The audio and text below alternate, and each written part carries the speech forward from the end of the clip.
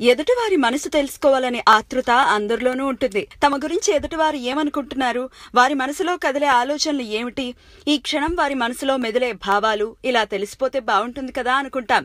కానీ ఇది ఎవరికీ సాధ్యం కాదు. అలాంటి యంత్రాలు కూడా రాలేదు ఇప్పటి వరకు. అయితే నాగార్జునకు మాత్రం ఇప్పుడు మనసు తెలిసిపోతోంది.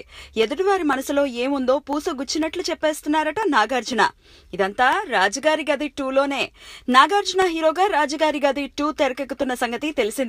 ఓంకార్ దర్శకత్వం వహిస్తున్నాడు. సమంత, సీరత్ కపూర్ హీరోయిన్స్. ఈ సినిమాలో నాగార్జున పాత్ర గురించి తెలిసిందే.